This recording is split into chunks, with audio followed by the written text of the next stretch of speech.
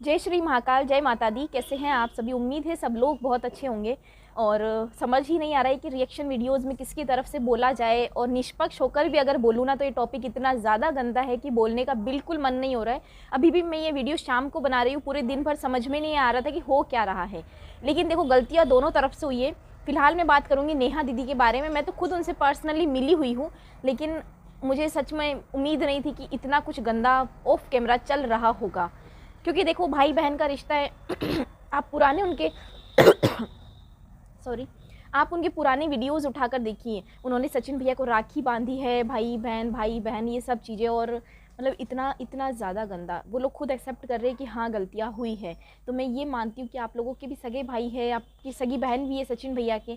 आप लोगों के अगर भाई बहनों ने ये सब किया होता तो आपको कितना गंदा लग रहा होता।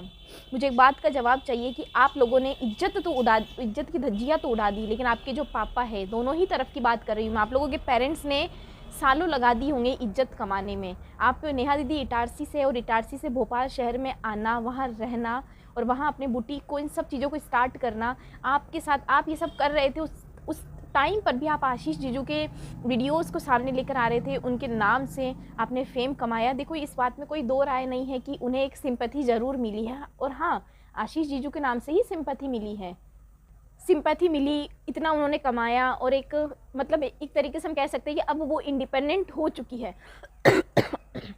लेकिन ये पैसा, मैंने अपने पुराने हर वीडियोस में ये कहा है कि बेईमानी से कमाया हुआ पैसा कब तक काम आएगा। और आखिर में पाप का घड़ा फूटता ही फूटता है। और वो ही हुआ है सचिन भैया और नेहा दीदी के साथ में। देखो, बिना वजह परिवारों की इज्जत को मिट्टी में मिला दिया। और ये सब तक तो ठीक था, लेकिन जो ये अलग अलग रिएक्शन चैनल पर जो रिकॉर्डिंग्स डाली जा रही है, मुझे नहीं लगता कि ये सब नीडेड था। इनकी कोई ज़रूरत ही नहीं थी। कि ठीक है, अभय भैया ने कहा कि हाँ गलती हुई है, सचिन भैया ने भी कहा जो पोस्ट करना है अपने ऑफिशियल चैनल पर पोस्ट करो। दूसरों तीसरों में आप पूरे परिवार को घसीट रहे हो। ये सच में बहुत देखने में इतना गंदा लग रहा है ना, मुझे इतना अजीब लग रहा है, मेरे परिवार को इतना अजीब लग रहा है। तो आप लोग ये सोचिए कि सुमित भैया, मैं क्या जीजू बोलूँ, सुमित भैया या फिर बाकी सब लोगों को कितना ज़्यादा अजीब लगा। सुमित भैया के जो भी कज़न बहनें हैं, भाई है, फ्रेंड सर्किल है उनका भी, वो भी क्या सोच रहे होंगे कि हम जिनकी शादी में सगाई में इतनी धूमधाम से गए थे, वहाँ इतना सब कुछ चल रहा था। अभी भी मेरा तो यही मानना है कि सुमित भैया इंडिपेंडेंट है, मतलब अच्छा वो भी अर्न करते हैं अपना। सब देखो, सबका अपना अपना काम होता है।